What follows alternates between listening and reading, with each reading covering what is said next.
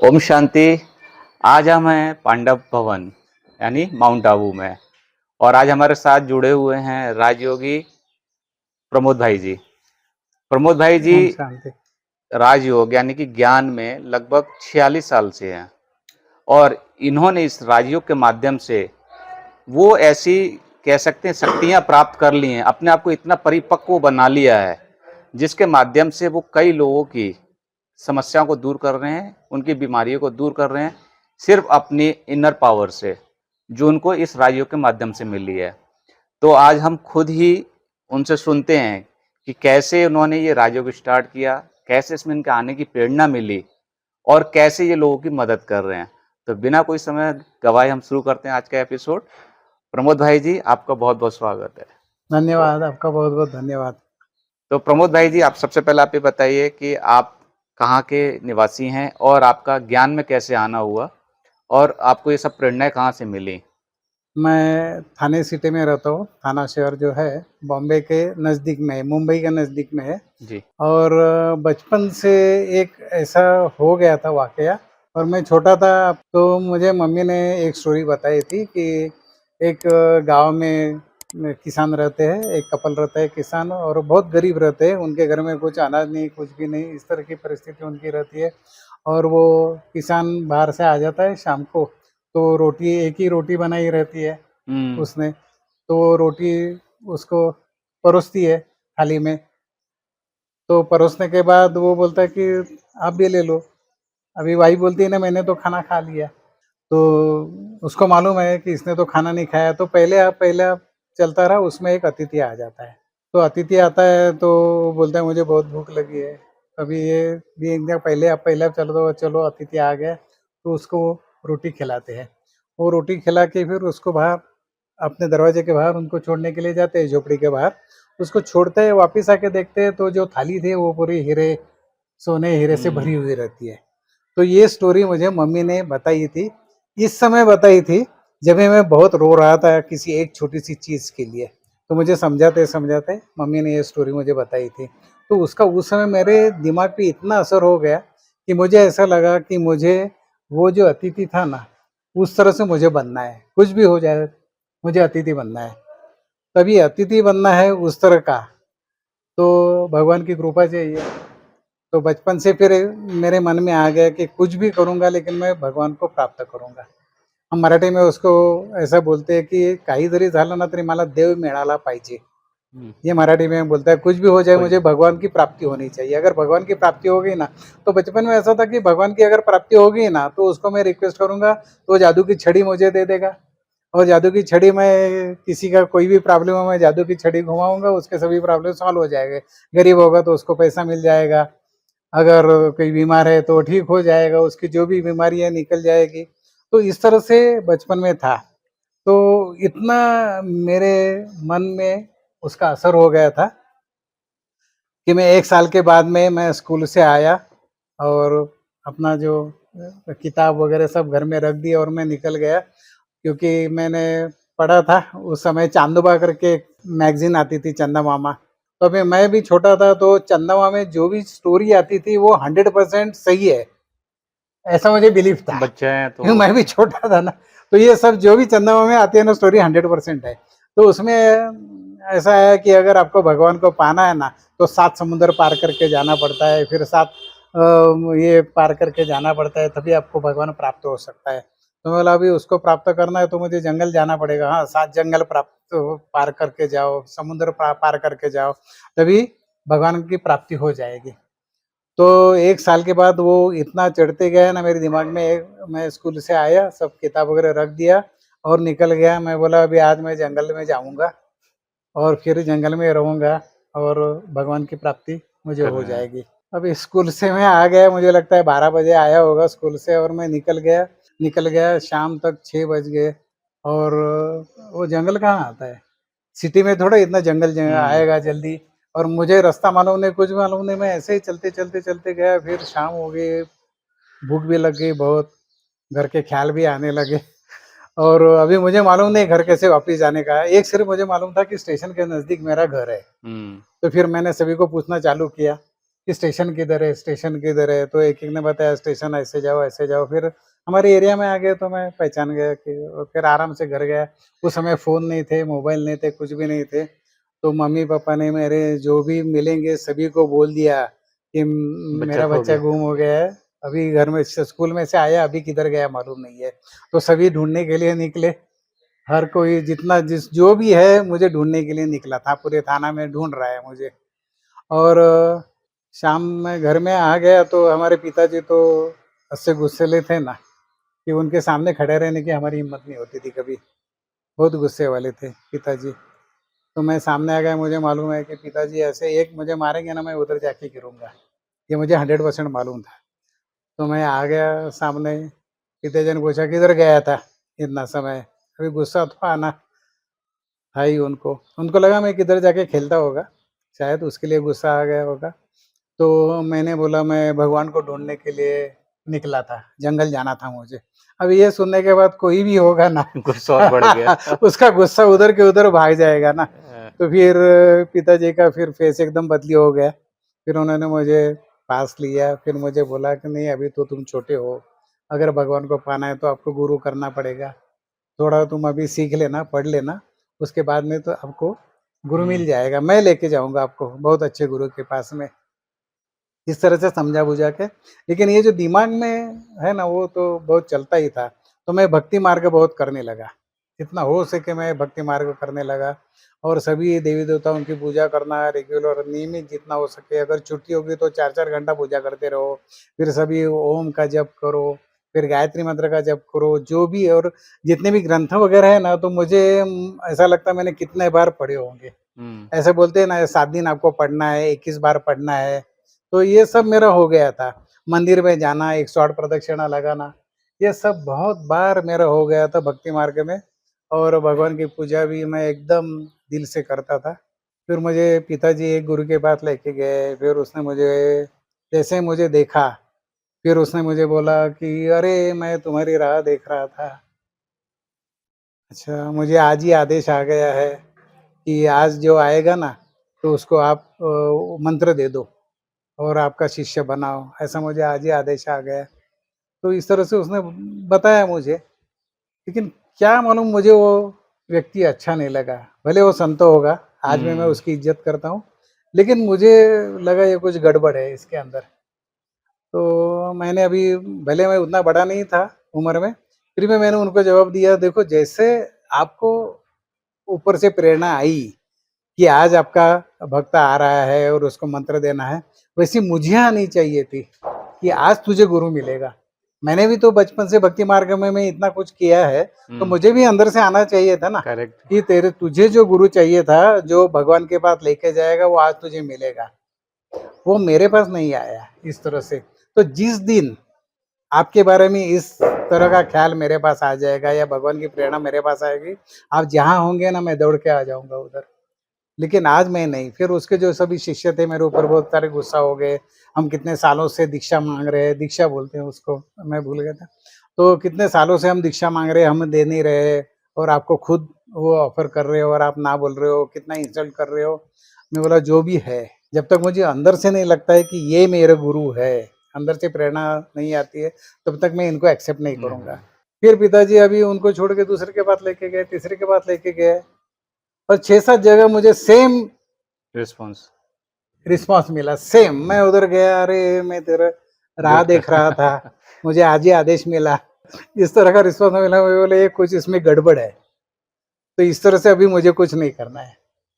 तो मुझे लगता है 7वाँ या 8वाँ इस तरह से इंसिडेंस हो गया या और भी ज़्यादा हुआ होगा। मैं घर में आ गया, शांति से बैठ गया और मेरे खुद के सिर पे मैंने हाथ रखा। मैं बोला आज से मेरा गुरु मैं हूँ और मैं मेरा रास्ता ढूँढूँगा। इस तरह से मैंने संकल्प कर दिया। भक्ति मार्ग तो चालू था। एक दिन मेरे साथ में मैं जहाँ ड्यूटी कर रहा था तो मेरे साथ में एक दिलीप भाई करके है, वो उसने मुझे बताया कि मैं आज ऐसे-ऐसे स्थान पे गया था, ब्रह्मकुरु में गया था हुँ, और वहाँ उन्होंने मुझे बताया कि परमात्मा खुद आके ज्ञान देता है। उन्होंने बोले यहाँ गुरु वगैरह कोई नहीं है और परमात्मा खुद आके ज्ञान देता है वहाँ। तो फिर मुझे भी तो क्या चाहिए था, मुझे परमात्मा चाहिए था और डायरेक्ट उससे मुझे ज्ञान लेना था। तो मैं बोला ये तो बहुत अच्छा है। लेकिन थोड़ा अभी डाउट तो रहता है ना सभी को।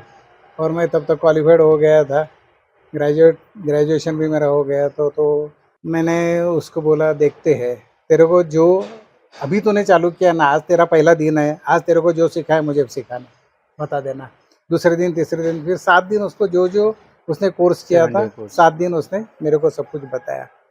वो सब सुनने के बाद में जो भी मेरे पास भक्ति मार्ग की जितनी कसौटियाँ थी, वो सब कसौटियाँ, ये जो ज्ञान दिया गया है उसके ऊपर मैंने लगा के देखी, और सब कसौटियों के ऊपर ये ज्ञान उतर गया है। तो मैं बोला ये ज्ञान देने वाला तो परमात्मा है, जिसको मैं बचपन से ढूंढ रहा हूँ, वही ये ज्ञान दे रहा है। तो अभी मुझे तो परमात्मा मिल गया, तो वो जो बोलेगा वो मुझे फॉलो करना है। तो फिर वहाँ मैं जाने लगा। उसके बीच में क्या हो गया था, जो बीच में समय गया, तो मेरे पिताजी बहुत अच्छी तरह से ज्योतिष जानते थे, हमारे घर में सभी ज्योतिष की किताबें थी, तो वो मैंने भी पढ़ ली थी बचपन से। तो मैं भी ज्योतिष देखना मैं भी सीख गया था ऑटोमेटिकली बचपन से ही। तो मेरे पास ज्योतिष देखने के लिए आते थे, और मैं जो भी गायत्री मंत्र का जाप करता था, सब कुछ करता था। उसके साथ में मुझे एक सिद्धि प्राप्त हो गई। क्या हो गया, जो प्रश्न पूछने के लिए आते थे मेरे पास में, तो जैसे वो आ गए ना, तो उनके बाजू में एक फिल्म चलती थी, हवा में ही छोटी सी फिल्म चलती थी, और उसमें दिखता था कि वो किसके लिए आए हैं, हम्म। और उनको क्या मैंने सॉल्यूशन देना है, और किस तरह से ठीक हो जाएंगे वो आता था। तो वो जैसे आ गया, मैं उसको बोलता था तुम इसके लिए आए, ऐसा ऐसा है, तुम्हारा हो जाएगा काम, ऐसा ऐसा करो, हो जाएगा काम। तो ये होने की वजह से क्या हो गया कि एक अपने में थोड़ा घमंड आ जाता है कि अभी मैंने तो परमात्मा प्राप्त नहीं किया है, कुछ भी नहीं है, और फिर भी सब हो रहा है ना। हम्म। माना परमात्मा की जरूरत ही क्या है, हम्म। बराबर है ना। मैं तो कर सकता हूँ बिना परमात्मा, मैं जानता हूँ, सबको जानता हूँ, फिर परमात्मा की जरूरत क्या है, क्योंकि मुझे सिद्धि तो मिल गई ना, हम्म। बराबर है। और पूरी दुनिया सिद्धियों के पीछे भागती है, लेकिन मैं इधर रेगुलर क्लास भी करता था। तो क्लास में एक दिन बाबा की मुरली में ऐसा आया कि आपको सिद्धियों के पीछे भागना नहीं है। सिद्धियां जो है ना, ये साइट सीन है, सिद्धियां साइट सीन है। अगर आप उधर रुक जाएंगे साइट सीन देखते देखते, तो आप आपका जो अंतिम स्थान है वो प्राप्त नहीं कर सकेंगे। तो वो मुझे बात एकदम सही लगी, और तभी बाबा ने मुरली में बताया, परमात्मा ने मुरली में बताया कि आप योग करके खुद को इतना फुल करो कि योग की जो शक्ति ओवरफ्लो हो जाएगी ना, उसमें काम होते जाएंगे। आपको किसी सिद्धि प्राप्त करने की जरूरत नहीं पड़ेगी, बस आप योग करते रहो, इतनी ताकत आपको मिलती जाएगी, वो ताकत से अपने आप काम होते जाएंगे। तो अभी 46 साल से तो मैं रेगुलर योग कर रहा हूँ। उसमें सबसे पहला बाबा का लेसन है कि अपने को आत्मा समझकर बाप को याद करना है। तो मैं ज्ञान में आने के बाद में, आपको मालूम है उमंग उत्साह रहता है, मैं भी एकदम जवान था, उमंग उत्साह रहता है। तो हमारे यहाँ जो साप्ताहिक पाठ्यक्रम लेते हैं ना, तो एक दिन मुझे टीचर ने पूछा कि आप ये कोर्स लेंगे क्या, नया भाई है उसको सिखाने के लिए। मैं बोले लेगा। तो मैं वो साप्ताहिक पाठ्यक्रम लेना चालू कर दिया। एक बराबर एक दिन ऐसा भाई मुझे मिला पहुंचा हुआ, माना वो आर्ग्यूमेंट बहुत अच्छी तरह से हम्म। करता था, और वो सही था, कुछ गलत नहीं, उसके हिसाब से सही आर्ग्यूमेंट करता था। तो मैंने वो अपना जो पहला लेसन है ना कि आप आत्मा हो, मैं हाँ। बराबर है, और जैसे कार में ड्राइवर बैठता है ना, वैसे आप इसके अंदर बैठो, और आप कार नहीं हो, सिर्फ ड्राइवर हो। माना हाँ आप ड्राइवर हो, तो इस शरीर को आप चलाने वाली आप आत्मा हो। तो उसने मुझे बोला ये तो किताब में लिखा, आप मुझे बता रहे हो ना। वो तो मैं भी पढ़ के किसी को भी बताऊंगा। हम्म। आप मुझे बताना कि आपने आत्मा का कभी साक्षात्कार किया है, या खुद को मैं आत्मा हूँ ये कभी जान लिया है क्या? या पहले जान लो ना। आपको तो मालूम नहीं ना, आप किताब से पढ़ के मुझे बता रहे हो, इसमें क्या हम्म। आत्मा वित्मा कुछ नहीं रहती है, ना आत्मा की जरूरत नहीं, परमात्मा की जरूरत है, कुछ भी जरूरत नहीं है, इसकी जरूरत ही नहीं ना। आप ये किताब विताब सब पढ़ के आपका दिमाग आउट हो जाता है, आप दुनिया वालों को तो सिखाते रहते हो उल्टा सीधा। आपने खुद कभी अनुभव किया है क्या कि मैं आत्मा हूँ? तो ये उस समय जब भी हम यंग रहते हैं ना, तो कोई इस तरह से हमारे साथ बात करता है, तो आपको मालूम है अंदर गुस्सा में आने लगता है कि ये तो गलत अपने को क्वेश्चन पे आर्ग्यू कर रहा अपने को तो हर्ट तो है। करेगा ना, अपने हाँ। को इस हाँ। तरह से कोई पूछता है ना, तो हमको तो हर्ट करेगा। हाँ। लेकिन अभी यहाँ तो है कि हम किसके, माना उल्टा सीधा संकल्प तो हम चला नहीं सकते हैं, बराबर है। तो मैंने बोला कि उसने मुझे चैलेंज दिया है और अगर मुझे किसी को इसके आगे अगर बताना है तो मुझे पहले खुद को अनुभव करना पड़ेगा कि मैं आत्मा हूँ।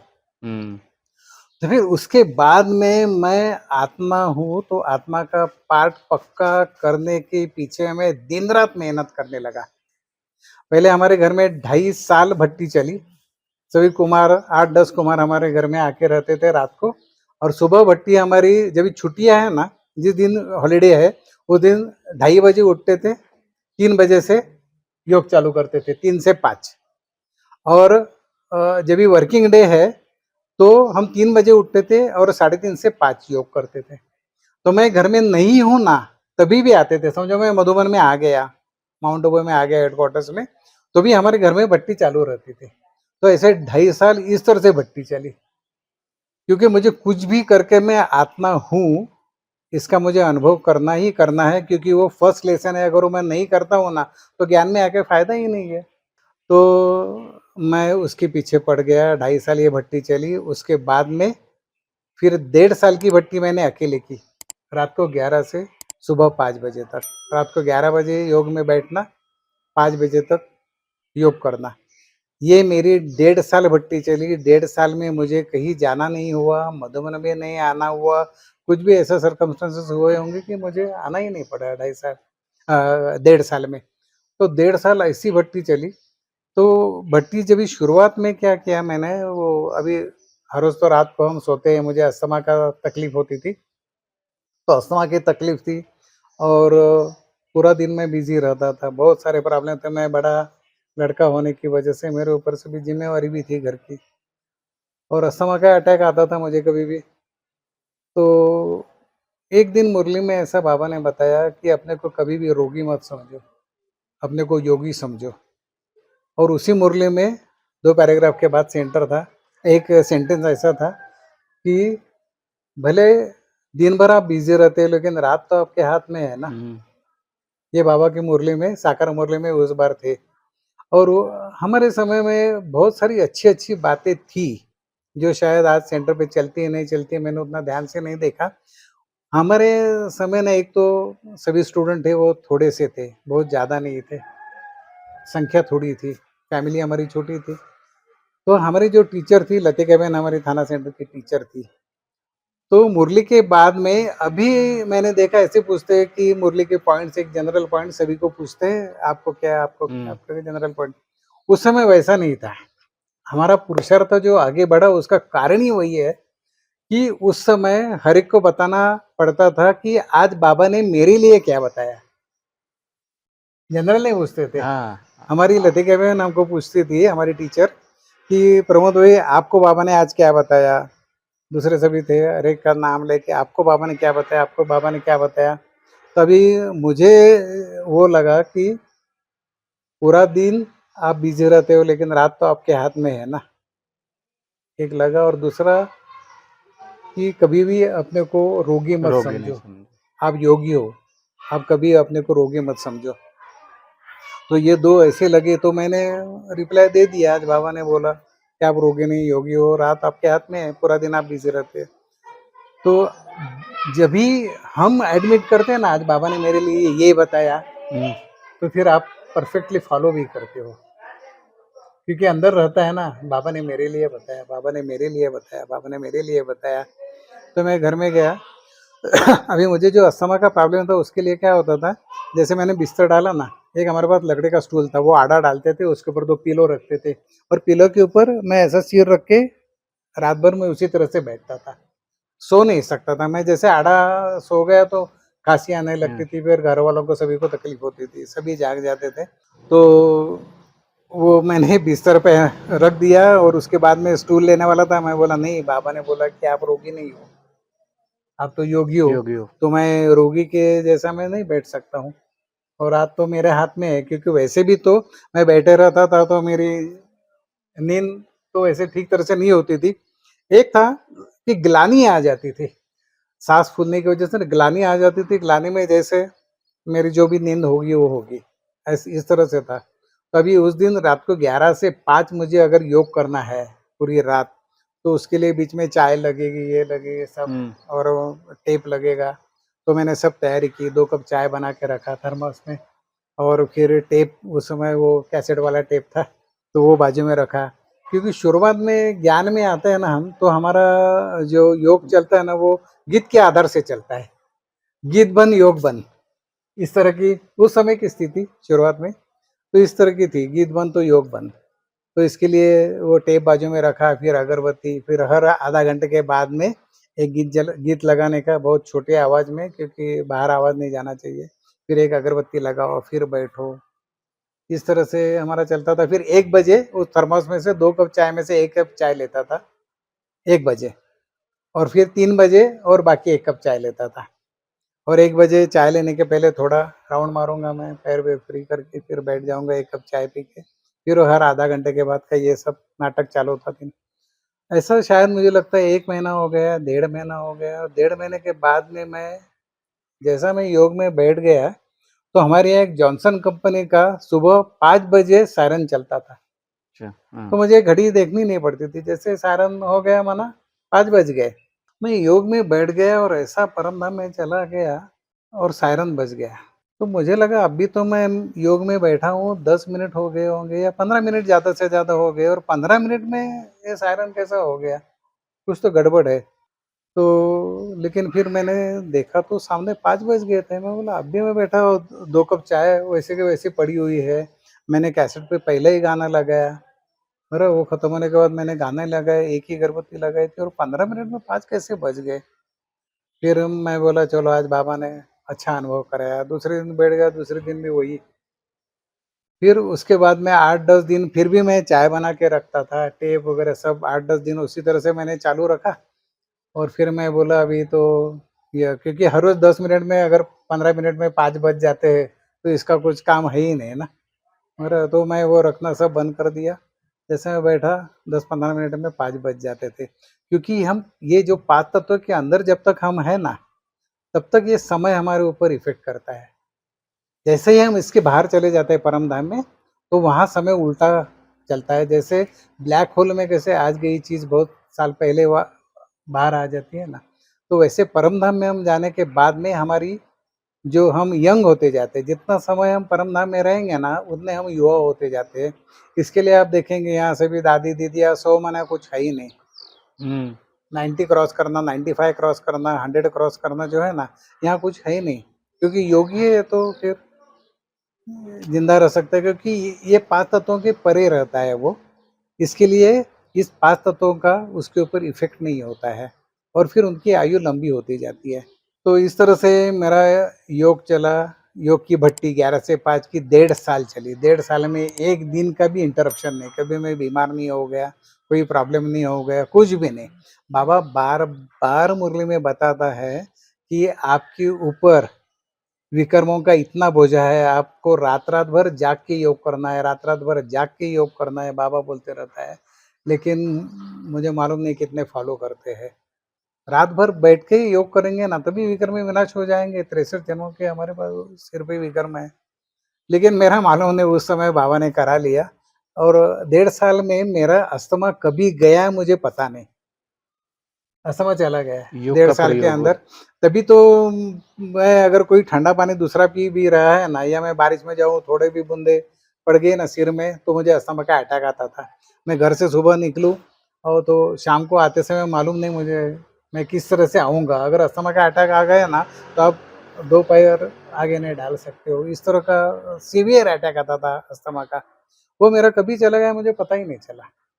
वो अभी मैं आप बोलेंगे बर्फ खाओ, मैं बर्फ खाऊँगा, दही खा चलेगा दही, उस समय मेरा बर्फ नहीं खाना है, पानी में नहीं जाना है, ये नहीं करना है, वो नहीं करना है, सब दही नहीं खाना है, छाछ नहीं पीना है, हज़ारों चीज़ें सब मैं फॉलो करता था, फिर भी अस्थमा का अटैक रुका नहीं। हुँ। और डॉक्टर ने सभी ने मुझे बोल दिया था, ये अस्थमा तेरे साथ मरने वाला है। अस्थमा कभी जाता नहीं है किसी का, अस्थमा और वो पेशेंट दोनों एक ही साथ चले जाते हैं। लेकिन देखो बाबा ने बोला ना, तो हो सकता है कि मेरा विक्रम विनाश हुआ होगा 1.5 साल के अंदर। जो भी विक्रम होंगे बहुत सारे चले गए होंगे, इसके लिए मेरी बीमारी चली गई, आराम से चली गई। उसके बाद में मुझे आज तक कभी अटैक नहीं हुआ। जी। तो इस तरह का मेरा पुरुषार्थ था। सबसे इम्पोर्टेंट था कि आत्मा का अनुभव करना, मैं आत्मा हूँ। तो मेरा वो अनुभव बढ़ते बढ़ते बढ़ते गया। बाबा ने बोला कि हर एक को आपको फरिश्ता स्वरूप में देखना है और आत्मा स्वरूप में देखना है। जैसे मैं आपको देखता हूँ ना, तो मैं आपको देख ये शरीर में देखता ही नहीं हूँ। इसके लिए मैं कितने बार भूल जाता हूँ, कितनों को मैं भूल जाता हूँ। ये मिले थे हमको ना, ये भी मैं भूल जाता हूँ, क्योंकि मैं देखता हूँ लाइट की बॉडी है। अभी इनकी है ना वो आत्मा अंदर चमक रही है, ये लाइट की बॉडी है, समझा ना? तो लाइट की बॉडी, तो लाइट की बॉडी जब भी हम देखते हैं ना, तो उसके अंदर की बीमारी भी हम्म। सहज रीते पता चलता है ना, कितने बार पता चलता है कि उसको ये है, क्योंकि लाइट की बॉडी देखते हैं हम। तो वो मैं अभ्यास करते गया, अभ्यास करते गया, और वो भाई मेरा जो ये था मैंने बंद कर दिया था ज्योतिष देखना, या मेरे पास कोई प्रश्न पूछने के लिए आते थे, तो बाबा की मुरली में जिस दिन चला ना कि आपको सिद्धि के पीछे नहीं भागना है, दूसरे दिन से जो भी मेरे पास कोई प्रश्न पूछने के लिए आया, मैंने उसको सीधा जवाब दे दिया कि मुझे परमात्मा ने आज्ञा दी है कि मुझे किसी का भी कोई भी प्रॉब्लम सॉल्व नहीं करना है। और फिर पूछा तो चलोगे, अभी 5 साल हो गए, मुझे भी पता नहीं है, 5 साल हो गए, कितनों के ऐसे ऐसे प्रॉब्लम सॉल्व होते गए ना। कभी मैं आपको सभी की वीडियो भेज दूंगा, मैं सभी के नाम दे दूंगा, आप डायरेक्ट उनसे बात कर सकते हो। तो इस तरह से 5 साल के अंदर बहुत सारे अलग अलग अलग अलग अनुभव हो गए, और मुझे मालूम नहीं था कि इस तरह के अनुभव हो सकते हैं। जिनको अनुभव हो गए उन्होंने मुझे बताया कि आप आए थे ना, आपने दृष्टि दी थी तो ये हो गया है मेरा, आपने दृष्टि दी थी तो ये हो गया, मैंने सिर्फ आपको बताया था ना तो मेरा ये प्रॉब्लम सॉल्व हो गया। इस तरह से बहुत सारी बातें हो गई, और मैं ऐसा सोच रहा था कि ये गुप्त रीति से जितना भी हो सकेगा ना, वो मैं चलाऊंगा तो अच्छा है। ये मुझे बाहर नहीं आना था, प्रकट नहीं होना था, लेकिन क्या मालूम है ड्रामा प्लान अनुसार आज ये बात बाहर आनी थी, क्योंकि गुप्त रीति से जितना सेवा करते हैं ना हाँ। हम, वो हमारे साथ में आती थी। अभी तो मुझे ऐसा लगता है कि मैं, बाबा बोलते कि कच्चा फल खाना, तो मैं हम्म। कच्चा फल खा रहा हूँ, ऐसा मुझे लग रहा है। तो लेकिन ठीक है, ड्रामा प्लान अनुसार जो भी होता है इसमें भी कल्याण होगा। तो भाई जी जैसे आपने बोला कि आप जो है दृष्टि के माध्यम से आप उसको एक साकार एक तरह से एक साकार देते हैं जिसकी वजह से उसकी जो भी समस्या है वो दूर हो जाती है। हम्म। तो रिसेंट में जैसे आपने बोला 5 साल से आपने ये कर रहे हैं, करेक्ट करेक्ट। गुप्त रूप से सेवा कर रहे हैं। तो अभी आपके सामने कोई ऐसा जीवंत उदाहरण है जो आपके साथ है वो अभी, और वो बता सके कि हाँ कि वाकई में आपके माध्यम से उनकी कोई भी पुरानी समस्या, बीमारी, तकलीफ दूर हुई हो? बराबर है। तो क्या, एक तो सबसे पहली बात है कि मैं कुछ नहीं करता हूँ। हुँ। ये सिंपल सी बात है, मैं कुछ नहीं करता हूँ, क्योंकि मेरे हाथ में है ही नहीं। अभी एक भाई के मैं इंट्रोडक्शन करने के पहले मैं आपको कुछ बताना चाहता हूँ कि हमने दोपहर का लंच ले लिया, भाई जी ने, मैंने, हमने लंच ले लिया। मैं हाथ धोने के लिए गया था, ये भाई जी भी बाजू में हाथ धो रहे थे, और मैं हाथ धो जैसे मैं हाथ धो रहा था ना, तो बाबा की लाइट माइट आ गई मेरे पास, और जैसे बादल में बिजली चमकती है ना, इस तरह से बाबा की लाइट माइट आ गई इधर मेरे पास, और मेरे पास से ये बाजू में हाथ धो रहे थे उनके पास गई। मुझे 1 सेकंड पहले भी मालूम नहीं था, मैं उनको पहचानता नहीं था, मेरा कोई उसके पीछे संकल्प नहीं था। तो ये मैं नहीं करता हूँ, कभी भी ध्यान में रखना, मैं नहीं करता हूँ, मैं कोई संकल्प नहीं चलाता हूँ। बाबा ने बोला आपको कोई संकल्प नहीं चलाना है। जब भी बाबा को चाहिए ना, तभी मैं सिर्फ बाबा को बोला मैं हुँ। इंस्ट्रूमेंट बनने के लिए रेडी हूँ, अगर आपको लगेगा आप मेरे द्वारा जो भी कार्य कराना है करा सकते हो।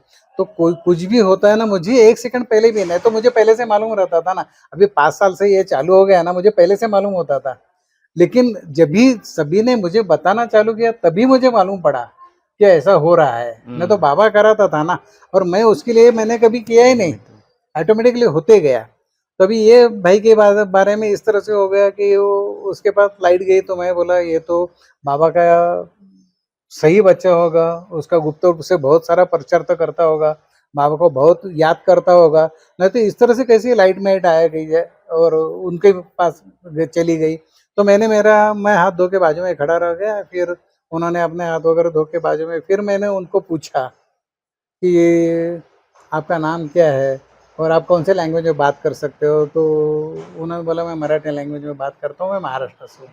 तो मैंने बोला मैं भी महाराष्ट्र से हूँ। फिर मैं बोला मुझे आपके साथ कुछ बात करनी है। तो जिस डाइनिंग टेबल पे हम खाना खा रहे थे वहाँ उनको बुलाया। इन भाई का नाम है यशवंत भाई। जी। मेरा, और मुझे पहली बार 15 दिन के 29 मार्च को, अभी लेटेस्ट 29 मार्च को मुझे वो मिले, और 29 मार्च को इस तरह से इंसिडेंस हो गया। उसके पहले मैं उनको जानता नहीं था, कभी ज़िंदगी में देखा भी नहीं था, उनका नाम मुझे मालूम नहीं, कहाँ से आए क्या कुछ भी मुझे मालूम नहीं था। लेकिन बाबा के लाइटमेट आके उनके पास गई तो मैं बोला ये श्रेष्ठ पुरुषार्थी है, और बाबा उनको शायद उनके लिए कुछ करना चाहता होगा। जी। तो आप यशवंत भाई हैं, और बाकी जो उनका खुद का परिचय है वो खुद दे देंगे। ओम शांति। मेरा नाम यशवंत भाई है। मैं मुंबई, महाराष्ट्र मुंबई से हूँ। मैं 93 से ज्ञान में चल रहा हूँ, लेकिन मुझे 94 में कैंसर का बीमारी है करके ऐसा डॉक्टर ने बताया। तो उसके बाद मैं फिर भी उधर ध्यान नहीं दिया।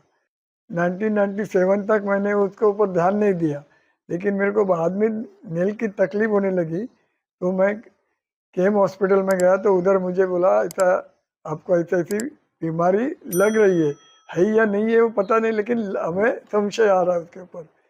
तो उसके बाद तो मैंने उसके ऊपर सब क्या बोलते हैं रिपोर्ट निकाले, तो नील की मेरी बीमारी सही निकली।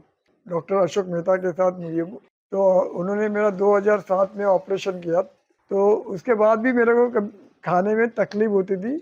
ऐसा मैं कुछ भी सूखी यानी मुरमुरा भी खाऊं, सेव खाऊं, तो थोड़ा खाने के बाद पानी पीना पड़ता था तुरंत एक, नहीं तो मेरे वो निगला नहीं जाता था। तो उस हिसाब से मैंने ऐसे, तो अभी 29 मार्च को ये भाई साहब मेरे को हाथ धोते समय पांडु भवन में मिले, डाइनिंग हॉल के उधर। तो उन्होंने मेरा रुकाया, बोले आप थोड़ा रुको। फिर हम लोग टेबल पे जाके बैठे हो, तो उन्होंने मेरे को पूछा कि आपको क्या प्रॉब्लम है। तो मैं बोला मेरे को ऐसा ऐसा प्रॉब्लम है कि मैं कोई भी सूखी चीज़ खाता हूँ तो उसके बाद मेरे को तुरंत पानी पीना पड़ता है, नहीं तो मेरे को खाने को नहीं होता है। तो बोला ठीक है। तो उन्होंने मुझे उस टाइम जो दृष्टि दी, वो दृष्टि लेने के बाद आज तक मेरे को जो भी, मैं अभी मुरमुरा भी खाता हूँ 4 बजे चाय के टाइम, तो भी मुझे तुरंत पानी पीना या कुछ पीना की ज़रूरत नहीं लगती है। इतना मैं आराम से खा सकता हूँ और खाता हूँ। या और दूसरा जो मेरा कमर का भी था, उसके ऊपर भी मैं ऐसा झुक के चलता था। कोई भी स्टेप होती थी चढ़ने की, तो मैं ऐसा झुकता था कमर को ऐसा। तो अभी मेरा चलना भी सीधा हो गया है। कमर में जो झुकाव था, वो झुकाव मेरा कम हो गया। और उससे मैं जब बहुत बहुत बोलते 50% क्या उससे ज़्यादा मेरे को खाने का के बारे में मेरे को 50% से भी ज़्यादा सहूलियत मिल गई है, आराम मिल गया है और मिल रहा है। बाबा की लाइटमेट जो मेरे पास आ रही थी, कंटिन्यूअस आ रही थी, तो मैं इनको बोला कि आप लाइटमेट लेंगे क्या, बाबा देना चाहते हैं। तो उन्होंने बोला हाँ क्यों नहीं, मैं ले लूँगा। फिर जैसे उन्होंने लेना चाहे चालू की ना, तो इधर ना ऐसा सब स्टिचेस विचेस और ये ऊपर ऐसा सब दिख रहा था पहले। जैसे दृष्टि देना चालू किया ना, ये एकदम ऐसा अंदर अंदर अंदर अंदर अपने आप जाने लगा। सामने मैं देख भी रहा हूँ, उनको दृष्टि भी दे रहा हूँ, और ये जो सब था ना, उनका जो अन्न नलिका जिसको बोलते हैं इसोफेगस, ये इसोफेगस अपने आप वो ठीक होने लगा। ये सब यहाँ का जो खुल गया था ना, अपने आप वो अंदर जाने लगा। मैं भी अजरज में पड़ गया कि बाबा क्या कर रहा है, क्योंकि मेरा तो कुछ ऐसा संकल्प नहीं था। मेरा क्या, बाबा की लाइट माइट है उनको देनी है, इतना ही मेरा काम है। बाकी जो कुछ करना है वो बाबा करेगा ना। देते तो मैं देख रहा हूँ और ये एकदम प्लेन हो रहा है, आस्ते आस्ते आस्ते प्लेन होते गया। फिर मैंने उसको बोला कि अभी आप जाके खाना खा के देखो, अभी तक आपको जो प्रॉब्लम था अभी वो प्रॉब्लम नहीं आएगा, क्योंकि इधर मुझे दिख रहा है ना। जैसे हम दे रहे थे बाबा की लाइटमेट, सिर्फ मुझे ट्रांसफर कर रहा था, मैं कुछ नहीं कर रहा था। बाबा जो की लाइटमेट आती थी, मैं ट्रांसफर कर रहा था, और ये एकदम सीधा होते गए अपने आप। और फिर उनका इसोफेगस जो था, ये अन्न नलिका, वो थोड़ी सी अच्छी हो गई, मुझे मालूम नहीं कुछ भी, लेकिन अभी उनका अनुभव वो बता रहे हैं कि वो ठीक ठाक हो गई। और ये सब होता है ना, उसके अंदर क्या, इनका जो खुद का जो पुरुषार्थ है ना, वो बहुत इंपॉर्टेंट है, बहुत ज्यादा इंपॉर्टेंट है। उनके जब भी विकर्म विनाश उनके पुरुषार्थ से हो जाएंगे ना, तो बाबा, मुझे क्या, बाबा किसी को भी लेके आएगा और उनको ठीक कर देगा। ऐसा नहीं कि मैं ही आना चाहिए, कोई भी आएगा ना, एक कोई गोली भी देगा ना, फिर भी उनको रिजल्ट मिल जाएंगे। तो इस तरह से बाबा कराता है, किसी न किसी को निमित्त बना के। अभी इस बार मुझे निमित्त बनाया लेकिन ये कराता है बाबा, क्योंकि लाइट वाइट किस तरह से आई, किस तरह से उनके पास गई, 1 सेकंड पहले मालूम नहीं ये कौन है, कुछ भी पता नहीं, और ये बाबा ने इस तरह से कराया। तो इनका जो अपना पुरुषार्थ रहता है ना, वो बहुत इम्पोर्टेंट रहता है, वो बहुत काम करता है। दूसरी बात, मेरा जो ऑपरेशन हो गया ना, तो ये एक कान से लेके ये पूरा मेरा पूरा खोखला है।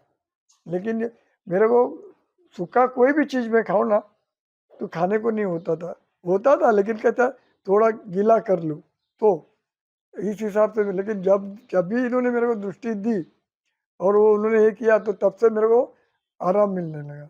दूसरी बात ये है कि जिन्होंने मेरा ऑपरेशन किया 2007 में, तो हम लोग का 6 जन का ऑपरेशन हो गया था एक ही महीने में, आगे पीछे तारीख पे।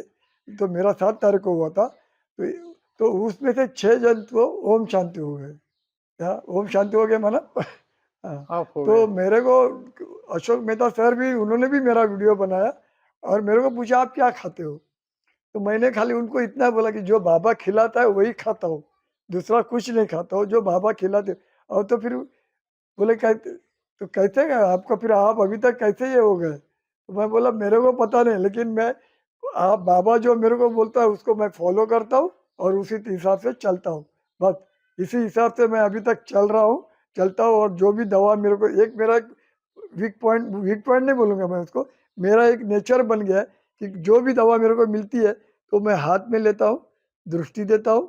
7 बार मैं उस दृष्टि दे के यही बोलता हूँ कि मैं निरोगी आत्मा हूँ, मैं निरोगी आत्मा हूँ, मेरा शरीर रोगी है।